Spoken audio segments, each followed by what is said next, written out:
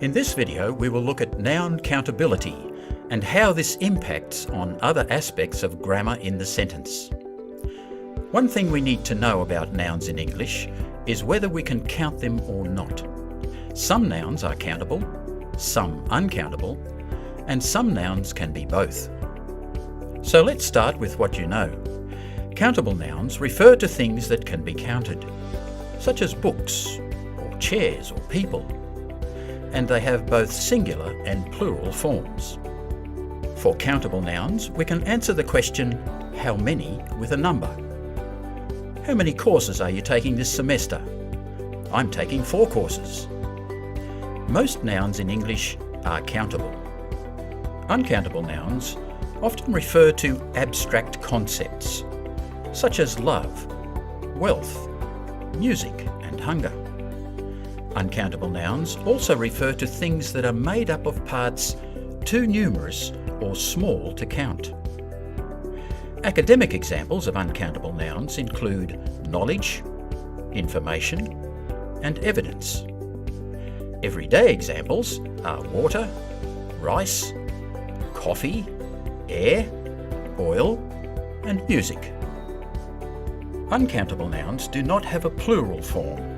For example, we say information, but not informations.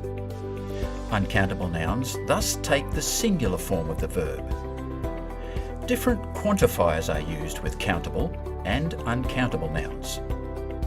For countable nouns, you can use no, none, few, a few, some, many, most, a lot of, all. For uncountable nouns, you can use no, none, not much, little, a little, some, a lot of, all. Notice the difference. Few is used with countable, but little is used for uncountables. For example, we conducted a few experiments, but there is little experimentation in this area.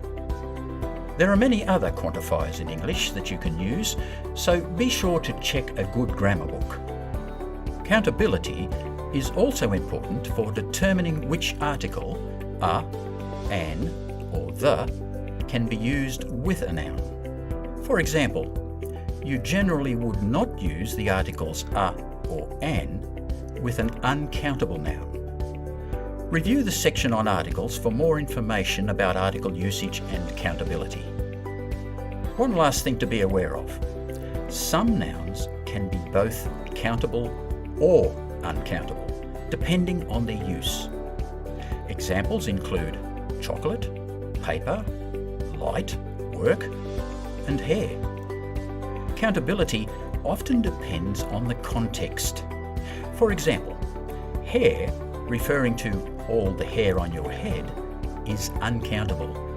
However, hair, referring to a single strand of hair, is countable. If you're uncertain of the countability of a particular noun, check in the dictionary. It might have C or UNC to show this.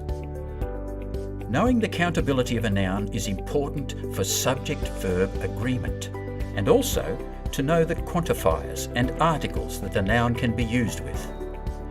Review the exercises below, as well as the exercises on subject-verb agreement and articles.